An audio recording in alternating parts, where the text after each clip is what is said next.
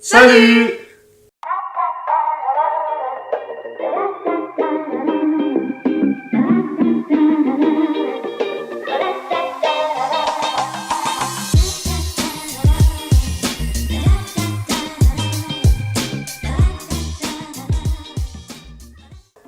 On se retrouve aujourd'hui pour une vidéo, ça fait longtemps. Ouais, on a pas mal été occupé du coup. Ça fait une petite semaine là qu'on n'en a pas fait et on s'est dit que ça en plus ça allait vous soulager parce qu'on vous avait un peu saoulé à poster tous les jours. Ouais, alors l'autofocus, on sait pas si c'est réglé parce que Ouais, donc, il est en mode libre, il fait ce qu'il veut, donc c'est ça. si vous le voyez partir, c'est normal. Vite à vie, petit autofocus. Au revoir. Alors on va répondre à plusieurs questions aujourd'hui parce qu'on a pris pas mal de retard donc on va essayer d'abréger. C'est mal de nous connaître. Voilà. Et du coup, on va répondre. On va déjà commencer par Monsieur Cinéphile de Twitter, alias Christophe, qui donc nous demande. Alors attends, parce qu'il faut que j'arrive à lire.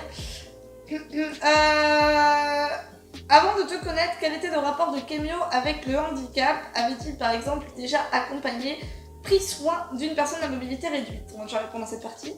Non. Question suivante. Bah vas-y, réponds. Alors, pris soin d'une personne à mobilité réduite, non. J'avais travaillé un petit peu déjà dans le domaine paramédical, etc.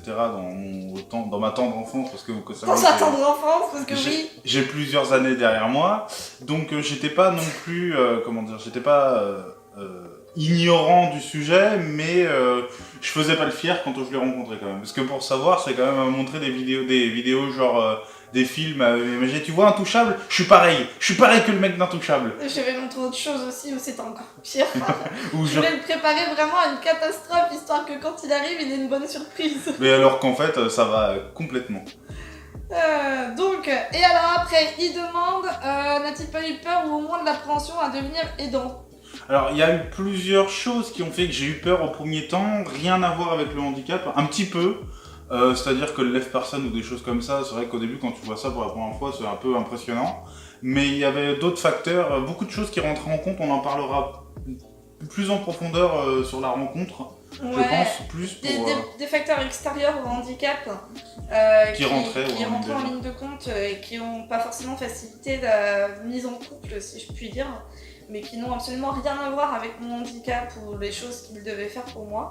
Globalement, non, il n'a pas vraiment eu peur, et puis globalement, je pense que même si au début il avait un petit peu la crainte de me faire mal et tout ça, c'est passé relativement vite.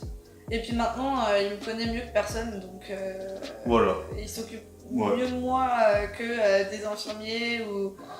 parce qu'il me manipule tous les jours, donc... Puis je m'occupe de toi tous les 24 heures sur 24, 7 jours sur 7, c'est surtout ça qu'il faut dire. Ouais, tu connais mieux mon corps que personne, ouais. Voilà. Et on parle pas de cul. Alors du coup... Alors continuons, voilà. Une autre question. Alors de Bestial, notre ami poilu qui vit dans sa cahute dans la forêt. Ou c'est ça. Voilà. Qui nous dit quelles sont vos ambitions en voyage? Seriez-vous chaud pour faire d'autres pays? Bah justement, on en a parlé. Oui. Donc, effectivement, on va voyager dans d'autres pays, c'est le but. Oui. C'est vrai qu'on va pas forcément le faire non plus toutes les semaines, hein, clairement, parce que c'est voilà.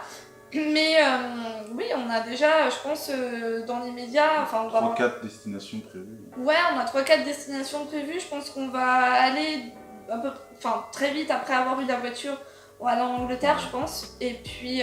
Pays nordique. On va déjà aller à Londres quelques jours. On refera, je pense, un road trip plus axé Angleterre, Écosse, Pays de Galles, tout ça, Irlande, je pense plutôt l'année prochaine.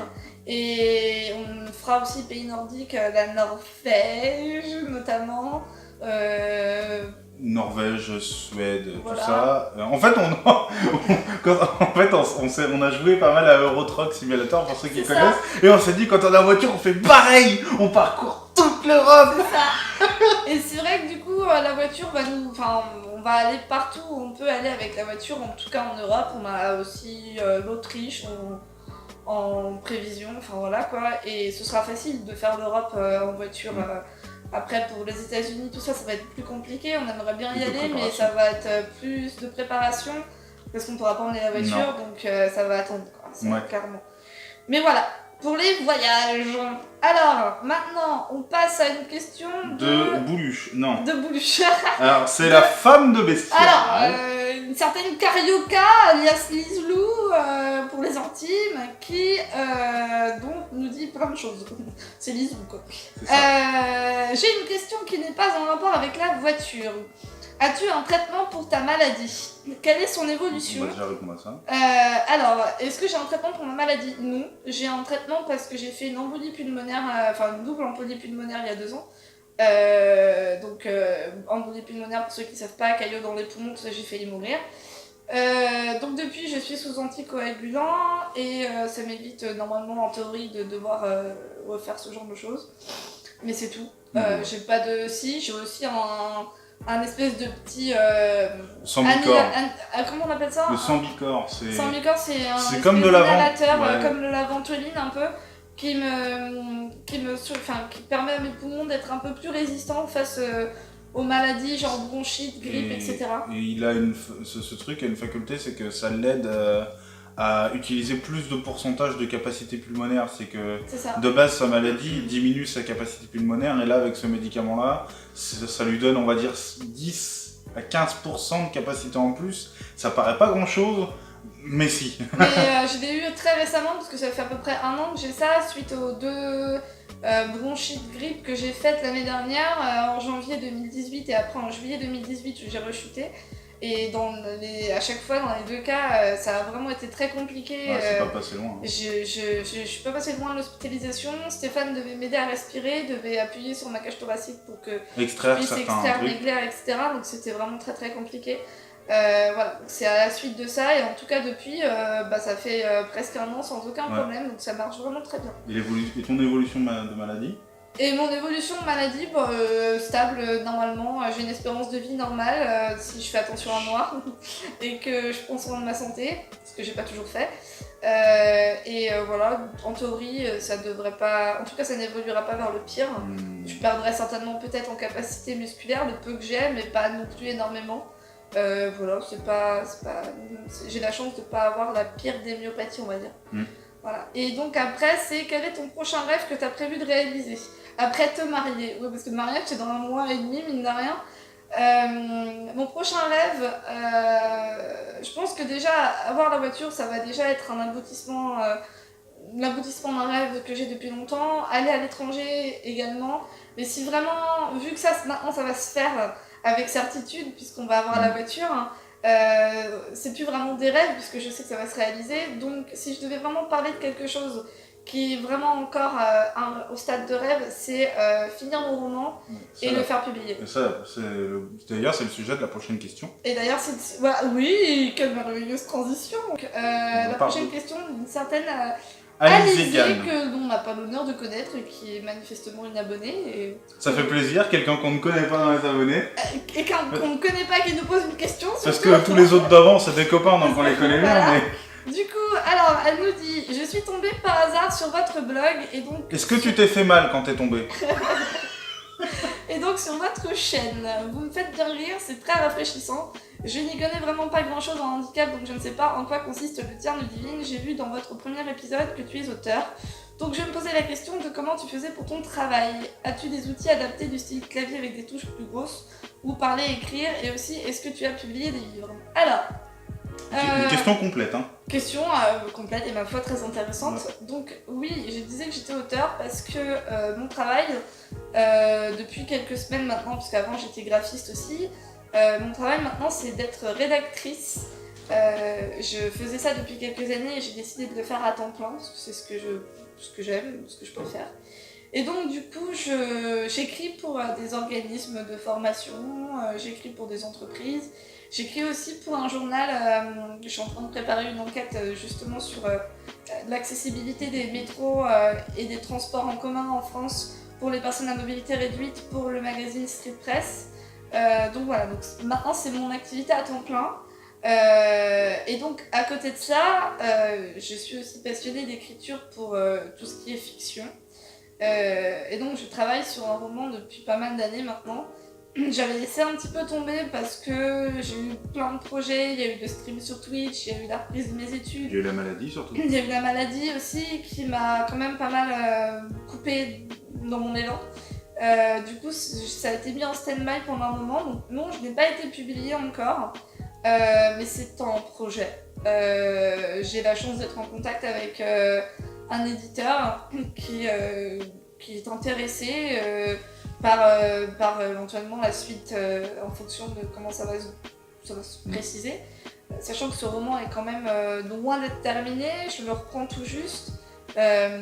Pour être sûr de... Voilà, il n'y a pas vraiment de date. Pour être sûr de vraiment terminer, je me suis adjoint les services d'une coach donc en écriture qui est elle-même auteure, Cécile Duquesne, donc, qui est notamment l'autrice des Foulards Rouges et chez Brajlon. Et donc du coup, grâce à elle, je mets en place tout le processus pour pouvoir terminer ce roman cette année et après me tourner justement vers l'édition. Et donc j'espère que ça se concrétisera parce que justement c'est comme je le disais avant, je pense mon rêve c'est de vivre de l'écriture et pas forcément de l'écriture d'entreprise ou de presse comme je fais maintenant, mais de l'écriture de fiction. Ça ce serait vraiment pour moi le rêve ultime.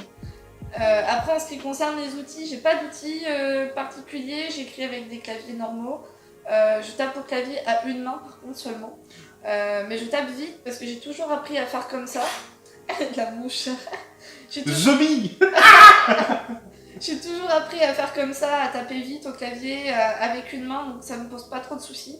Après, il faut quand même que ce soit des touches pas trop résistantes et des touches assez grosses. Bon, un clavier mécanique, excuse-moi, c'est les touches les plus résistantes qu'il y a. Donc, bon, ça va, je dois pas avoir les touches les cherry les plus résistantes. À savoir qu'on a fait des tests, elle a aussi un ordinateur portable qu'elle utilise quand on est en déplacement ou voilà. Ouais. Et là, c'est un clavier à clichés et quand c'est à plat et utile, elle peut taper avec les deux mains, mais il faut que les touches soient presque incorporées dans le clavier, quoi, parce que sinon, si elle remonte trop avec sa main droite, elle peut pas naviguer sur les touches. Ouais, c'est ça. Donc, exactement. Donc voilà, ou un clavier normal mécanique avec la main gauche uniquement, ou alors un clavier, c'est cliché qu'on dit ? Oui, cliché. Cliché, pour pouvoir écrire avec les deux mains. Mais ça, c'est plus sur des ordinateurs portables. Donc voilà. Mais sinon, non, j'utilise pas de dictaphone ou d'outils de dictée vocale. À part ton casque pour téléphoner, mais avec un logiciel. Oui, mais pour l'écriture, on parlait. Donc non, pour l'écriture, non. Après, voilà, j'ai toujours appris comme ça, donc ça me... J'ai pas l'air plus lente que les autres. Non. Donc je pense que j'écris aussi vite à une main qu'à une personne à deux mains. Si, parce que tu relis 4 fois ce que t'écris, parce que sinon il y a les fautes d'orthographe. Ouais, c'est plutôt après un problème de relire et de perfectionner ce que j'écris. Donc, mais non, sinon ça va. Bah non, c'est bon, on a fait le tour. Mais du coup, voilà, j'aurai l'occasion de toute façon de vous en reparler. Et puis de toute façon, il y a aussi le blog sur lequel je vais peut-être aussi écrire des articles des fois plutôt que de vous parler de certaines choses en vidéo. Parce que l'écrit, c'est aussi un format que j'aime bien.